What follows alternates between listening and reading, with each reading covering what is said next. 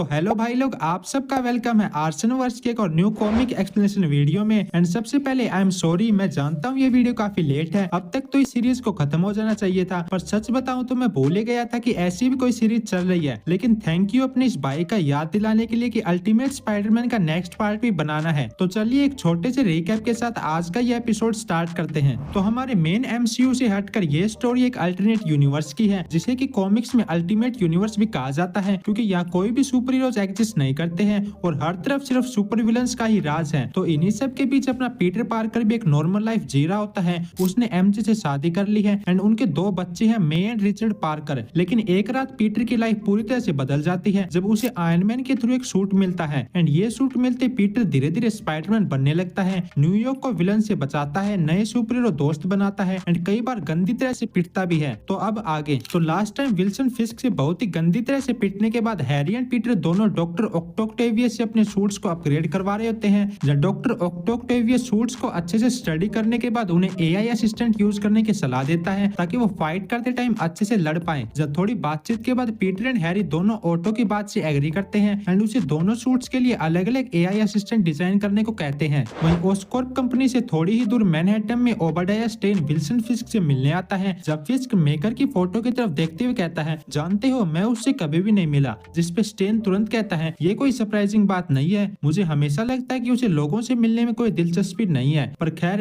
जय हो great maker की, जिसने इस दुनिया को फिर से बनाया और हमें इसे प्रोटेक्ट करने का काम दिया। ये सुनते फिस्क कहता है, ये कोई छोटी बात नहीं है, ये काफी बड़ा बोझ है। तभी स्टेन बोलता है, मैं समझता हूँ तुमने मेरा एक काफी काबिल एजेंट खोया है, पर कोई नहीं, इस बार मैं पूरी आर्मी लाया हूँ, तो क्या कहते हो? जब विल्सन फिस्क उसकी तरफ देखते ही कहता है, नहीं थैंक यू, मुझे इनकी कोई भी जरूरत नहीं है, बदला लेने के मेरे पास और भी प्लान्स हैं, वो भी एक नहीं बल्कि पूरे 6। नाउ एआई इम्प्लांट्स करने के बाद पीटर, हैरी एंड ऑटो तीनों ऑस्कॉर्प इंडस्ट्रीज के टॉप पर आकर सूट्स को टेस्ट करने लगते हैं एंड अपनी अपनी एआई के साथ बॉन्ड बनाने लगते हैं। जब स्पाइडरमैन के सूट में तो ऑटो ने पीटर की पर्सनैलिटी पर ही बेस्ड एक एआई को इम्प्लांट किया है, वही हैरी के सूट में उसने हैरी के डैड नॉर्मन ऑसबॉर्न के डेटा को यूज करके एआई को ट्रेन किया है। नाउ दोनों के एआई असिस्टेंट के एक्टिवेट होते ही वो दोनों फ्रेंडली फाइट करने लगते हैं, जिसमें पीटर तो नॉर्मली लड़ रहा होता है, लेकिन हैरी के सूट में नॉर्मन ऑसबॉर्न का एआई होने के कारण वो पीटर को बिल्कुल भी हल्के में नहीं ले रहा है। लेकिन तभी ऑटो को उन दोनों के सूट्स के एआई के बजाय एक तीसरा सिग्नल भी मिलने लगता है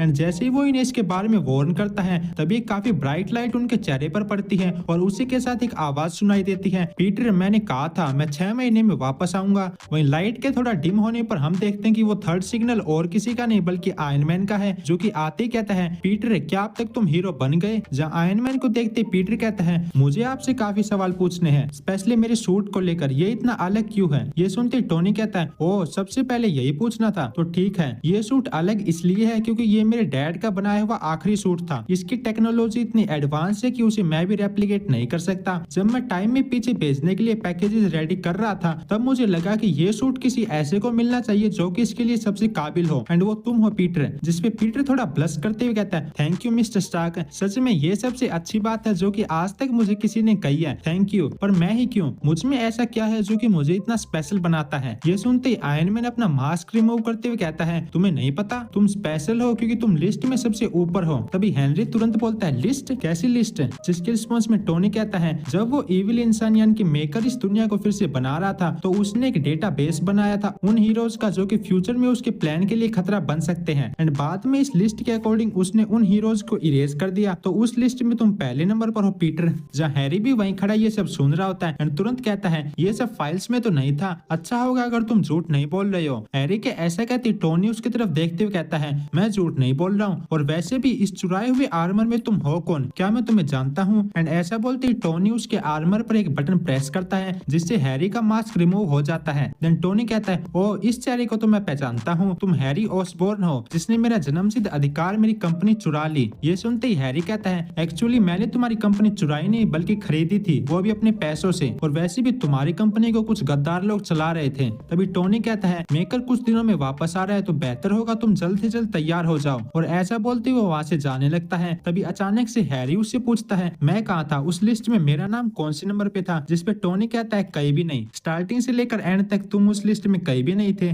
और ऐसा बोलते हुए वहाँ से चला जाता है। लेटर फिस्क टावर में विल्सन फिस्क एक बार फिर से मीटिंग अरेंज करता है, लेकिन ये मीटिंग स्पाइडरमैन एंड न्यूयॉर्क के लिए बिल्कुल भी अच्छी नहीं होने वाली, क्योंकि इस बार फिस्क जिन लोगों को इकट्ठा कर रहा है वो काफी डेंजरस है। एंड ये लोग जिन्हें की फिस्क सिक्स बोरोज बुलाता है वो है Martin Li AKA Mister Negative, Walter Hardy AKA Black Cat, Sergei Kravinoff AKA Kraven the Hunter, Mysterio and Mole Man. ये 6 इस यूनिवर्स के सिनिस्टर सिक्स हैं जिन्हें की आज यहाँ विल्सन फिस्क ने जमा किया है एक मिशन के लिए। तो इन सब के जमा होते ही फिस्क का असिस्टेंट जेम्स वेस्ली उन्हें मिशन की फाइल्स पकड़ा देता है। एंड तभी फिस्क कहता है ये शहर मेरा है जिसे कि आज तक मैंने तुम सब में बराबरी से बांटा हुआ था, लेकिन अब कुछ चूहे अपनी जगह भूल चुके हैं एंड कुछ ज्यादा ही उछल रहे हैं। तभी क्रेवन कहता है तो तुम क्या चाहते हो, हम 6 मिलकर उन्हें पकड़े या मार दें? जिसपे फिस्क बड़े कामले जवाब देता है मैं सोच रहा हूँ क्यों ना उनके साथ कुछ खेल खेला जाए। एंड इसी के साथ आज का हमारा ये एपिसोड यही खत्म होता है। नेक्स्ट एपिसोड काफी फाड़ू होने वाला है क्योंकि अब विल्सन फिस्क ने सिनिस्टर सिक्स को स्पाइडरमैन के पीछे लगा दिया है। तो आने वाले दिन अपने इस पीटर के लिए बिल्कुल भी अच्छे नहीं होने वाले। तो स्पाइडरमैन वर्सेस सिनिस्टर सिक्स की फाइट के लिए मैं तो काफी एक्साइटेड हूँ। बाकी आपको आज का ये एपिसोड कैसा लगा कमेंट करके जरूर बताना और नेक्स्ट एपिसोड को जल्दी से जल्दी देखने के लिए 5 लाइक जरूर कर देना। मैं मिलता हूँ आपसे जल्दी एक न्यू वीडियो के साथ। तब तक के लिए स्टे सेफ स्टे हेल्दी।